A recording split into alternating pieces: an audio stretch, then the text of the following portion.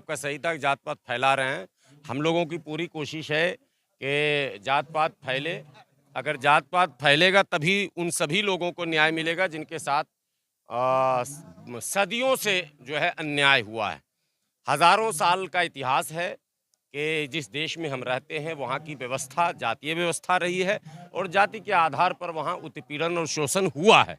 इस बात से कोई इनकार नहीं कर सकता। हद तो ये है कि इस देश में कई नए धर्म का उदय हुआ, कई धर्म विदेश से भी आए। कहा जाता है कि बौद्ध धर्म में जो है समानता की बात होती है, यहाँ बौद्ध धर्म भी रहा। सिखिज्म के बारे में जब आप पढ़ेंगे तो वहाँ भी जो है कहा जाता है जाति विहीन समाज की परिकल्पना है। सुनिए, निकाल रहे हैं, अभी मैं पूरी बात कर ही नहीं रहा था। इस्लाम आया ही था जात को मिटाने, लेकिन यहाँ इस्लाम के आने के बाद भी, क्रिश्चियनिटी के आने के बाद भी, सिखिज्म के आने के बाद भी ये चीजें नहीं मिटी। जनगणना पर हाई कोर्ट ने रोक लगाई है। अच्छा, हाई कोर्ट ने रोक लगाई है तो सरकार बड़ी है या कोर्ट बड़ा है, ये फैसला भी अब कुछ दिन में हो जाएगा। जनता कैसे कंटेम्प्ट ऑफ कोर्ट होगा? न्यायपालिका कार्यपालिका में बड़ा कौन, ये विषय है या नहीं? नहीं, सरकार बड़ी है या कोर्ट बड़ा, पहले यही तय हो जाए ना। किसने कह दिया कोर्ट बड़ा है? संविधान का बनाने वाला कौन है? संविधान बनाने वाला कौन है? सदन है। सदन सबसे ऊंची जगह है। जातीय जनगणना होगा जिन लोगों के मन में लड्डू फूट रहा है, जो लोग ये सोच रहे हैं कि अच्छा हुआ कोर्ट ने रोक दिया, वो लोग निराश होंगे, उदास होंगे। बहुत जल्द बिहार विधानसभा का विशेष सत्र बुलाया जाएगा और वहां जो है फिर एक बिल लाया जाएगा और वहां से फिर कोर्ट का मामला, जैसे रास्ता बिल्ली काट देती है वैसे कोर्ट का मामला खत्म कर दिया जाएगा। ये जो लोग पीआईएल लेकर गए थे वो नहीं चाहते हैं कि उन जातियों को अधिकार मिले जो हाशिए पर हैं, जो मार्जिनलाइज्ड सेक्शन है वो। और कोर्ट में बैठे लोग जो हैं इनके विषय में बताने की आवश्यकता नहीं है। जो सिस्टम हमारे यहाँ जुडिशियरी का है वो सब लोग जानते हैं। 100 में 90 भाग उसी बिहार की धरती से जगदेव बाबू ने कहा था 90 भाग हमारा है। आज बात पूरी उल्टी है, 90 जज उन्हीं के हैं, उल्टे में 90 पदाधिकारी भी उन्हीं के हैं। लेकिन वो दिन अब लदेगा। नीतीश कुमार को जो लोग नज़दीक से नहीं जानते हैं वो खुश हो रहे हैं, वो जश्न मना रहे हैं कि अच्छा हुआ कि अब जातीय जनगणना पर रोक लग गई। कल मैं टीवी चैनल में था, एक हमारे परम मित्र थे, खूब खुश होकर बोले, देखा आप मेरे से बहस कर रहे थे जातीय जनगणना पर, मैं डिबेट में था और आप कह रहे थे होना चाहिए, अब हो गया ना, खत्म नहीं होगा। मैंने कहा आप नीतीश कुमार को नहीं जानते, मैं जानता हूं, मैं बिहार का हूं, मैं खूब जानता हूं। भाजपा के साथ रहकर भी भाजपा पर लगाम लगाने वाले नेता का नाम ही नीतीश कुमार है और नीतीश कुमार जातिगत जनगणना कराएंगे। नहीं, फायदा उनको है जो हाशिए पर हैं, फायदा उनको है जिनकी गिनती आज तक लोगों ने की ही नहीं। जिन जातियों का एक बड़ा समूह तो रहता है लेकिन लोग नहीं जानते हैं कि वो भी कहीं है क्या। तो आप जो पॉलिसी बनाएंगे, आप जब नीतियां बनाएंगे तो किसके बारे में बनाएंगे?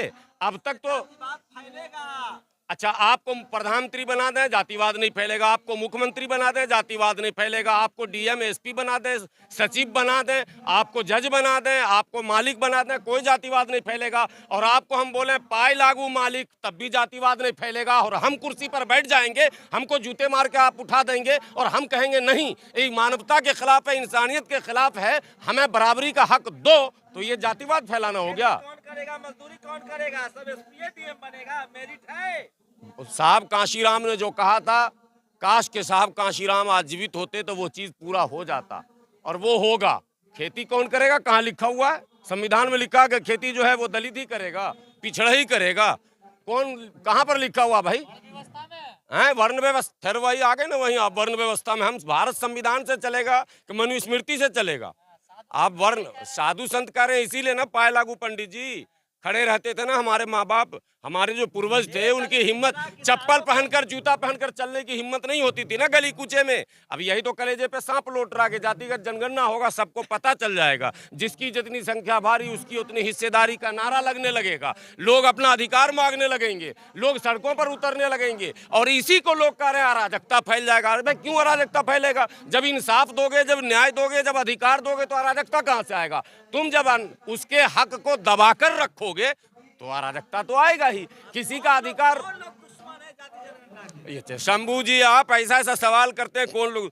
आपको बताने की जरूरत है कौन लोग दुश्मन हैं। अब देश को भी बताने की जरूरत नहीं है कौन लोग दुश्मन हैं। देश के लोगों को पता है कौन लोग चाहते हैं कि ये व्यवस्था बनी रहे, वर्ण व्यवस्था से किनका लाभ है ये सब लोग जानते हैं, और संवैधानिक व्यवस्था से किनको नुकसान है, किनको परेशानी है, वो भी लोग जानते हैं। लेकिन वो लोग सिर्फ ये नहीं जानते हैं कि यहाँ का वो पिछड़ा, वो दलित जिनको आपने सदियों से दबाकर रखा, अधिकार से वंचित रखा, वो जब गोलबंद होंगे तो आपकी मंशा वहीं पर धरी की धरी रह जाएगी। भाई भाई सिख ईसाई ये गंगा जमुना तहजीब वाला देश है, जातिवाद आप लोग फैला रहे हैं। नहीं, हम लोग हिंदू मुस्लिम भाई भाई कहते हैं। ब्राह्मण मुस्लिम, ब्राह्मण हिंदू भाई भाई, पिछड़ा मुस्लिम पिछड़ा हिंदू भाई भाई, दलित मुस्लिम दलित हिंदू भाई भाई, सब तो भाई भाई है, बराबर है ना भाई। दलित दलित है, एक समान माने चाहे कोई धाम। पिछड़ा पिछड़ा बांटना क्या, सब संविधान ने बांटा 340 341 342 अनुच्छेद 340 है ना भाई। पिछड़ों को न दिया जाता उसमें, तो पिछड़ा क्यों संविधान में लिखा आपने? अनुच्छेद 341 है ना भाई दलित के लिए। आरक्षण मिला हुआ आप लोगों को, बनिए कलेक्टर एसपी। नहीं, कोई नहीं रोक रहा। हम अब आरोप किसी पर नहीं लगा रहे हैं, अब हमारे ही लोग रोक रहे हैं। हमारे जो दलाल हैं, हमारे जो एजेंट हैं समाज के, वो रोक रहे हैं, वो बाधा बन रहे हैं। आज अगर पिछड़ा दलित अगर एक हो जाए, आज वो अपने अधिकारों को समझने लग जाए, उनके नेता चाटुकारिता छोड़ दें, उनके नेता अगर दलाली छोड़ दें, उनके नेता छोटे मोटे पद की लालच को त्याग दें अगर, और वो जो एक नेता महाराष्ट्र से आते हैं जो अफसोसनाक है कि बाबा साहब की बनाई हुई पार्टी पर वो कब्जा किए बैठे हैं, रिपब्लिकन पार्टी पर, और वो जो मोदी जी की शान में हर सदन में शेर पढ़ते हैं। मोदी जी खुद पिछड़ा है। माने मोदी जी तो पिछड़े हैं ही। ये तो गर्व की बात है कि भारत में पिछड़ों को अवसर मिला है, संविधान के बदौलत ही तो मिला है, वरना मिल पाता क्या पिछड़ों को? देवगौड़ा बने थे कई, और चौधरी चरण सिंह बने थे। अरे आप लोग पिछड़ा, अगर पिछड़ा किसान दलित आदिवासी डीएम पीएम एसपी या सीएम बन जाएगा तो देश कौन चलाएगा? देश, हाँ, आप लोग मजबूत पिलर है, खेती बाड़ी। मतलब आप मानते हैं कि एससी देश नहीं चला सकता है? एससी देश नहीं। आप लोग देश के निर्माता हैं। अरे 90 के दशक में लालू जी ने कहा था, बहुत कड़वी बात कही थी 90 के दशक में, कि बहुत चढ़ा लिया भैंस। पहले पूंछ पकड़ के भैंस पर चढ़ते थे, वो डायलॉग उनका बहुत प्रसिद्ध हुआ था। और उसके बाद उन्होंने कहा अब हम सींग आगे से चढ़ते हैं।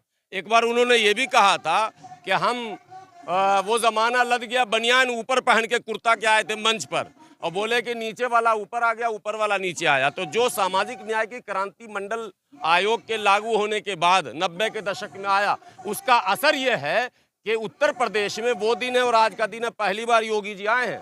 आप नाम गिन लीजिए, कल्याण सिंह पिछड़े, सुनिए, 90 के दशक के बाद कल्याण सिंह, मुलायम सिंह, बहन जी, अखिलेश, ये सारे पिछड़े दलित जो बने मुख्यमंत्री, और बिहार में तो कोई बना ही नहीं। बिहार में लालू के बाद नीतीश, नीतीश के बाद लालू, लालू के बाद नीतीश, नीतीश के बाद लालू। तो पेट में दर्द है। गुलाम सरवर जी, जाति जनगणना से हिंदू कमजोर होगा, ये मुसलमानों की साजिश तो नहीं है? नहीं, हिंदू कमजोर होगा, मुसलमान हिंदू को आप अलग क्यों कर रहे हैं? जाति दोनों जगह है ना भाई, सामान्य वर्ग दोनों में, ओबीसी दोनों में, एससी दोनों में, एसटी दोनों में।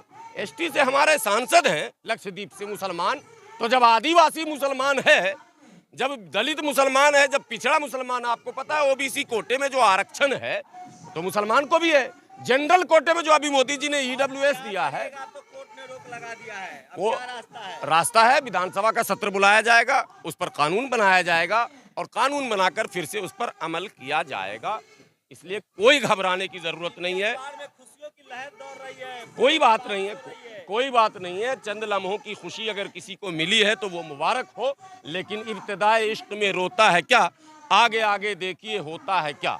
इसलिए मुझे उम्मीद है कि जातिगत जनगणना होगा। बिहार की धरती ने कई इतिहास रचे हैं, बिहार की धरती ने कई इतिहास रचे हैं, एक इतिहास बिहार में और रचा जाएगा, और जातिगत जनगणना की शुरुआत। मोदी जी क्यों नहीं जाति जनगणना करवाना चाहते, बीजेपी क्यों नहीं करवाना? ये हमसे पूछ रहे तो मोदी जी से पूछेगा ना, आप हमसे पूछिए, हम चाहते हैं कराना।